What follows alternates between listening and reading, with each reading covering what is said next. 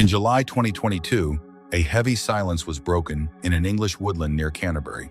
Four prehistoric shadows, weighing nearly a ton each, stepped out of their crates and into a landscape that hadn't felt their weight in over 6,000 years. We are living in an era of ecological collapse, losing 70% of our wildlife and watching billions of tons of fertile soil wash away every year. For decades, we tried to manage our way out of this crisis with chainsaws, heavy machinery, and million-dollar government grants. But the forest kept dying. So, in a move that many called insane, conservationists stopped planting trees. They stopped clearing brush.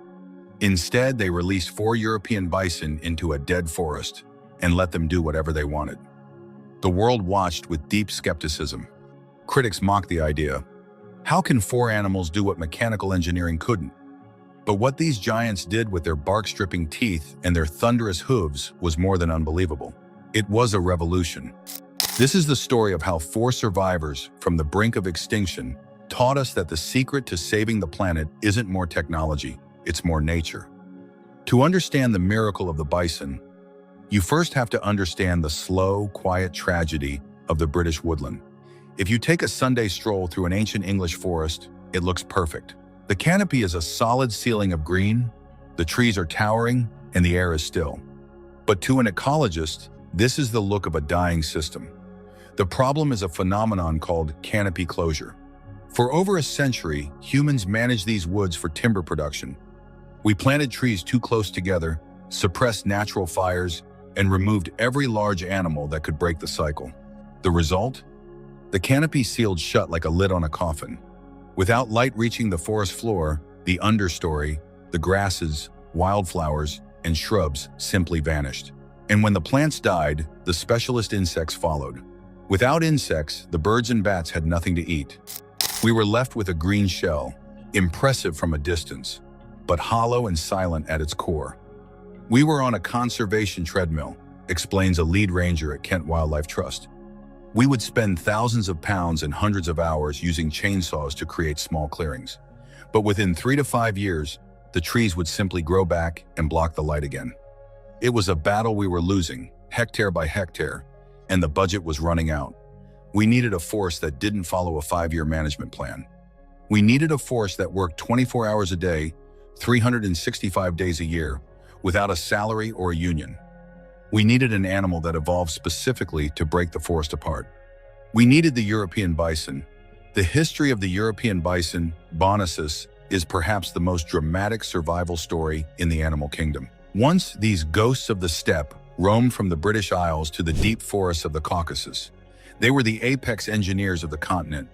But by the late 19th century, industrial-scale hunting and the total destruction of habitat had driven them to the edge of the abyss. During the chaos of the First World War, the situation turned terminal. Occupying soldiers, desperate for food and sport, slaughtered the last remaining wild herds in Poland's Białowieża forest. By 1919, the wild population was gone.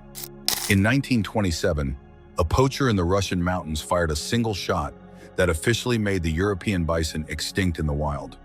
At that moment, the entire future of the species rested on just 54 individuals living in European zoos. But the reality was even grimmer. When scientists began the monumental task of breeding them back, they discovered that only 12 founding animals possessed the genetic diversity needed to restart the population. Every single bison you see today, including the 4 released in Kent, is a direct descendant of those final 12. It is one of the narrowest genetic bottlenecks ever navigated by a large mammal. For nearly a century, every birth, every lineage, and every transfer between zoos was tracked with religious precision in the European Bison Pedigree book, first published in 1932. This meticulous care allowed the population to grow from 54 to over 7,000 today. But for 6,000 years, none of them had returned to Britain. The Wilder-Blean project wasn't just a reintroduction, it was a homecoming. But as the crates were loaded onto the ferries in 2022, the question remained, would an animal that had spent generations in captivity still remember how to be a forest engineer? Or had we waited too long? Bringing 4 bison to Kent wasn't just a biological challenge, it was a bureaucratic war. Following the United Kingdom's exit from the European Union, the red tape surrounding animal movement had become a nightmare of paperwork. Every individual, the matriarch from Scotland, the two young females from Ireland, and the bull from Germany, had to undergo rigorous health screenings that lasted months. They weren't just checking for diseases, they were checking for the spark. Scientists needed animals that were hardy, socially compatible, and possessed the raw instincts of their ancestors. In July 2022, when the first three females finally stepped out of their crates, the world's media was watching. But the bison didn't care about the cameras. Within seconds, they vanished into the thick canopy, disappearing like ghosts into a landscape that had waited 6 millennia for their return. To manage an animal that can run 50 kilometers per hour and jump over 1.5 meters high in a crowded county like Kent, the Wilder-Bleen project had to deploy cutting-edge technology. Each bison is equipped with a solar-powered GPS collar that pings their location every few minutes. This data is fed into a digital twin of the forest, allowing rangers to track exactly how much territory they are reclaiming and which areas are being engineered the most. But the true technology wasn't in the GPS, it was in their DNA. This leads us to a crucial question that skeptics asked: why not just use cows? Why not use horses? The answer lies in the specialized biology of the European bison, a masterpiece of forest evolution. To understand why a bison is a better engineer than a chainsaw, you have to look at their anatomy. The European bison, Bison bonacis, is a browser, not just a grazer. While a domestic cow is like a lawnmower that stays on the grass, a bison is like a specialized forestry harvester, the bark-stripping engine. Their teeth are coated in a reinforced enamel that allows them to gouge into the bark of living trees. They don't just eat the leaves, they strip the protective layer of the tree. To a forester, this looks like destruction. To the forest, it is a life-saving surgery. By ring-barking specific trees, the bison creates snags dead standing wood. Why is a snag important? Because a dead standing tree is a vertical ecosystem. It supports over 2,000 species of beetles, rare fungi, and nesting birds like the lesser spotted woodpecker. In a managed forest, we usually cut these down because they look messy. The bison know better. They understand that a forest needs death to fuel its life. Next, look at their feet. A bison's hooves are sharp and powerful. When they walk, they don't just compress the soil, they churn it. In the dead forest of West Bleen, the soil had become a hard, oxygen-starved crust. The bison's 900 kilogram weight acts like a biological aerator. As they trample the earth, they break open seed banks, dormant seeds that have been buried for decades, waiting for light and oxygen to wake up. They are planting the forest of the future with every step they take. The knockdown force. Perhaps the most dramatic tool is their sheer muscle mass. A bull bison's massive hump is a solid block of muscle connected to their neck. They use this wedge to push over trees that are weak or decaying. While a human with a chainsaw creates a neat, flat clearing, a bison creates a chaotic gap. They leave the fallen wood on the ground, creating a protective fortress of branches where young saplings can grow without being eaten by deer. The most unbelievable result of the project didn't happen in the canopy, it happened in a pile of dung. Just weeks after the release, rangers found something that defied all scientific expectations. Dung beetle larvae were thriving in the bison manure. This is what biologists call the dung beetle memo. There had been no large herbivores in these woods for thousands of years. How did the beetles know to return? The truth is, they were always there, clinging to existence in tiny, isolated fragments of the woods. But they were waiting for their ancient partner to return. The bison dung is a biological miracle. It is a concentrated bomb of nutrients and moisture. Unlike the dung of domestic cows, which is often toxic due to the chemical dewormers and antibiotics farmers give them, bison dung is pure organic fuel. As the beetles bury the dung, they are pumping nitrogen and phosphorus deep into the soil. They are creating tunnels that allow water to reach the roots of ancient trees. And behind the beetles come the birds. Starlings and crows were seen riding on the backs of the bison, picking off insects. The bison had successfully restarted the engine of the ecosystem. It was like watching a gear click back into place after being broken for a century, said one researcher. We didn't have to reintroduce the beetles, we just had to provide the fuel. The forest already had the blueprints for its own recovery, it just needed the bison to sign the contract. In our modern, carbon-obsessed world, we are told that the only way to save the planet is to plant trillions of trees. We see massive corporate-funded tree planting projects everywhere. But there is a secret that the forestry industry doesn't want you to know. A forest isn't just a collection of trees. It is a biological vault, and the vault is under the ground. This is where the 4 bison at West Blean became global game changers. For 100 years, the soil in this dead forest was stagnant. It was holding its breath, unable to cycle carbon effectively. But the moment the bison started their hoof tectonics, they unlocked the vault.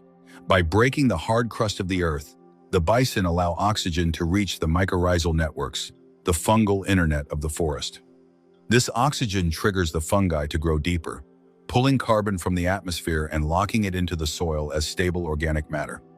Early data from the Wilder Blean project revealed a shocking truth. Bison-managed land can store up to 25% more carbon than land managed by human machines. Why? Because a chainsaw doesn't poop. Every time a bison leaves a massive dropping, they are not just leaving waste, they are injecting a concentrated carbon bomb into the earth. The dung beetles then bury this carbon, keeping it safe from the atmosphere for centuries. We don't just need a green future, we need a brown one. The bison are proving that the path to a cooler planet is paved with manure, mud, and broken dirt. But England is not a vast empty wilderness like Siberia or the American West. It is a real estate machine. It is a country defined by manicured lawns, high-priced estates, and world-class golf resorts. And in the county of Kent, the wild often runs headfirst into the wealthy. By the second year of the project, a massive cultural conflict erupted. You see, the bison don't produce a tidy forest, they produce a messy one. To a local resident who paid £2 million for a house overlooking a pretty woodland, the sight of fallen trees, stripped bark, and churned up mud looked like vandalism. I didn't move to Kent to live next to a swamp, one resident complained. We were promised an ancient woodland, not a construction site for overgrown cows. The controversy reached the local town halls. Skeptics argued that these animals were a danger to public safety and a threat to property values. The tension was real. Under England's old Dangerous Wild Animal Act, the bison were classified as a threat. There were thousands of public footpaths crossing the woods' rights of way that have existed for centuries. How do you keep a 900-kilogram giant away from a family taking a Sunday stroll? The solution was a peace treaty between the 21st century and the Stone Age, the Bison Bridges. These aren't just bridges, they are a world first in architectural conservation.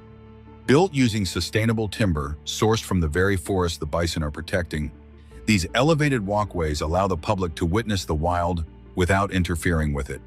It is an immersive 4D experience. As a visitor, you are walking through the canopy, smelling the damp earth and hearing the snap of a branch below, knowing that a prehistoric giant is just feet away doing its job. It allows the public to see the mess from a different perspective from above, where the beauty of the mosaic becomes clear. We had to design for 2 different worlds, says the lead architect. The bridge had to be high enough so that a bull bison wouldn't feel challenged, but low enough for people to feel connected to the forest floor. It's about shared space, not divided space. These structures have become a global blueprint. From Japan to the United States, urban planners are looking at Kent. They are asking, if we can fit wild bison into a crowded corner of England, where else can we bring nature back? The bison bridges prove that we don't have to choose between human access and a wild world. We can build a way for both to thrive. In September 2022, just 2 months after the release, the project team made a discovery that brought them to tears. Hidden in a thicket of brambles was a tiny, orange-furred calf. The matriarch from Scotland had arrived pregnant, but she had kept it a secret from the humans. This calf was the first bison born in a British woodland in 6,000 years. She was a true pioneer. Unlike her mother, who grew up in a controlled park, this calf has never known anything but the wild. She is learning the language of the forest, She is learning which mud holes are best for wallowing. She is developing a bison culture, a body of inherited knowledge that will shape this forest for centuries to come. By 2024, 2 more calves were born. The founding 4 have now become a thriving herd. They are not just surviving, they are reclaiming their throne. And in doing so, they are proving that the unbelievable is possible. As the calves at West Blean grow, they carry a weight far heavier than their muscle and bone. They carry the survival of an entire species. Remember, every European bison alive today came from just 12 individuals. This is a biological tightrope. If a single disease or a freak genetic mutation were to strike, the entire recovery could collapse like a house of cards. This is why the Wilder Blean Project is part of a massive, continent-wide genetic exchange. The bull from Germany wasn't just brought to Kent for his strength, he was brought for his bloodline. By mixing the genetics of the German bull with the Scottish and Irish females, scientists are creating hybrid vigor, a generation of bison that is tougher, smarter, and more resilient to the changing climate of the 21st century. In the coming decades, these Kent-born bison will likely be sent to Spain, Romania, or the Netherlands to breed with other herds. They are part of a global living library of DNA. We are no longer just keeping animals in a forest. We are managing a continental metapopulation. The 4 bison in Kent are the British branch of an international insurance policy against extinction. The monitoring program at West Blean is scheduled to run until 2050. That is a 25-year commitment to doing nothing. In a world of instant gratification and 4-year political cycles, this is a radical act of patience. By 2050, the oldest bison born in these woods will be approaching 30 years old. By then, the forest will look nothing like the green shell we see today. It will be a broken forest. There will be massive gaps in the canopy where sunlight pours in, feeding ancient seeds that have been waiting in the dirt since the Victorian era.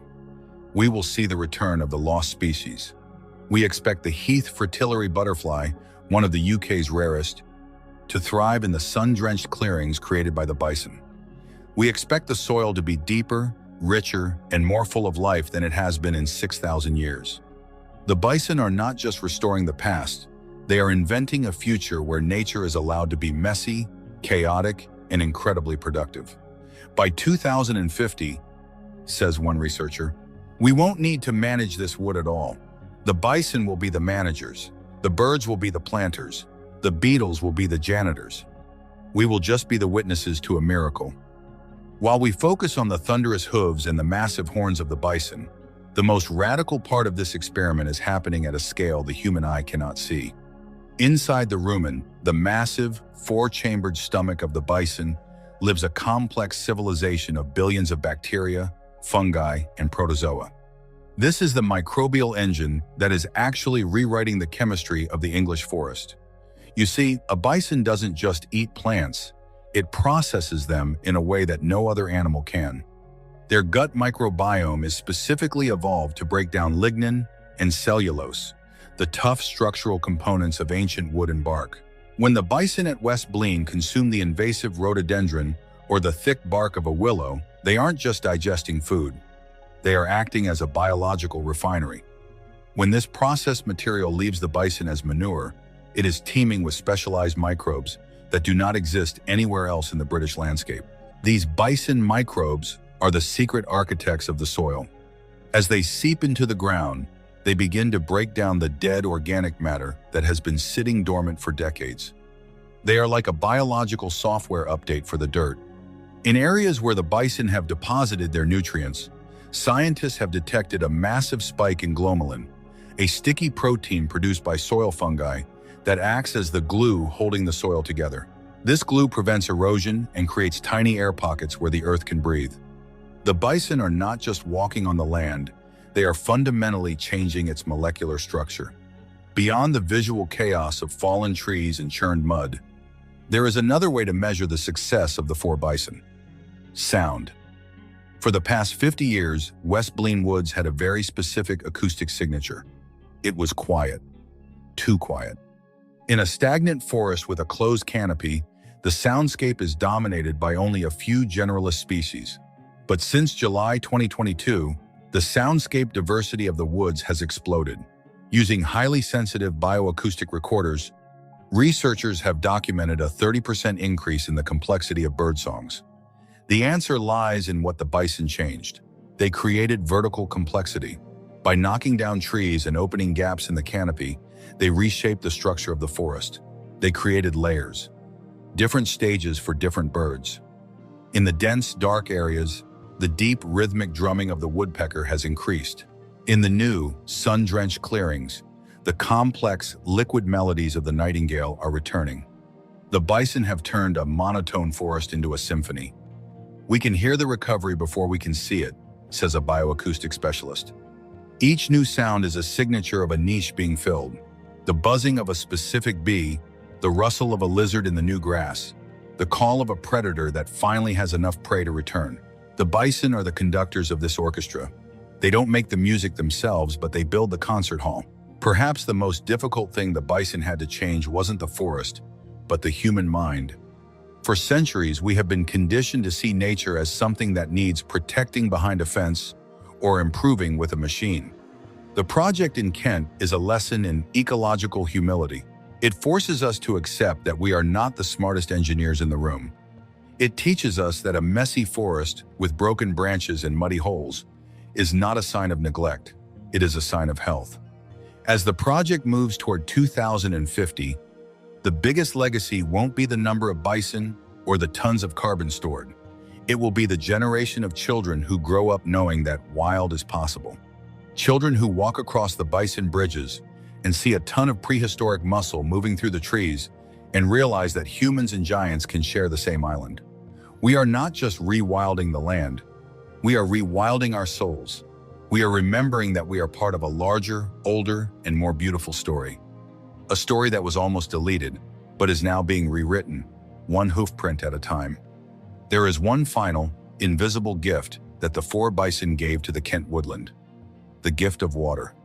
In a world of unpredictable weather, where England oscillates between winter floods and summer droughts, the bison have proven to be the ultimate hydrological engineers.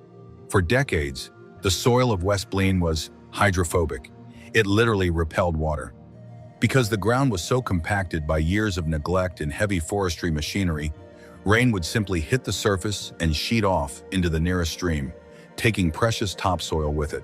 During a heavy storm, this caused flash flooding downstream. During a heat wave, the forest would dry out in days, leaving the trees vulnerable to fire and disease. But look closely at the mess the bison leaves behind. Every wallow they dig, every deep hoofprint they press into the mud, and every tree they knock across a path acts as a microdam. When the rain falls now, it doesn't race away. It gets trapped in these thousands of tiny depressions. These aren't just puddles, they are infiltration basins. They hold the water on the land, giving it time to slowly soak through the layers of clay and chalk, recharging the deep aquifers below. The bison have turned the forest floor into a giant, living sponge. During the record-breaking droughts of 2023, researchers noticed something startling. In the areas where the bison had been active, the vegetation stayed green longer.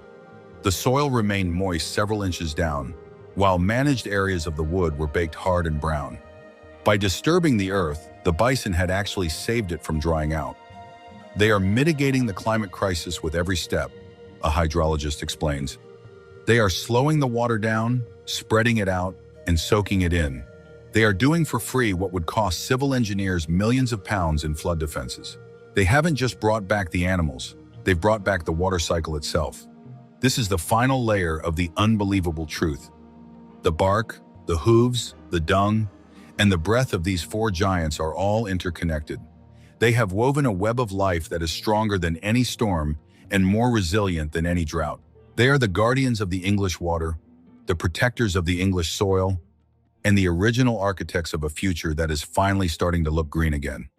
We spent over a century trying to save nature with our blueprints and our bulldozers. We thought we were the masters of the landscape, the only ones capable of deciding which tree should grow and which should die. We spent billions of dollars and achieved almost nothing. Then, we released 4 bison. They didn't have degrees in forestry. They didn't have government grants. They didn't have GPS until we gave it to them. They only had their instincts, their teeth, and their hooves. And in a matter of months, they accomplished more than we did in 100 years. They stripped the bark, they knocked down the trees, they churned the soil, and they signed the dung beetle memo. The unbelievable truth that the four bison in Kent taught us is a lesson in humility. It is a reminder that the planet does not need our management. It needs our surrender. It needs us to step back and let the original engineers return to their posts. The ancient woodland of England is no longer a museum. It is no longer a factory. Thanks to four giants and their thunderous hooves, it is finally, beautifully, and messily alive. And if you want to see more unbelievable stories of the wild's return, from wolves changing the rivers of Yellowstone to tigers reclaiming the abandoned cities of Asia, make sure to subscribe to The Ultimate Reveal and turn on the notification bell. Thanks for watching.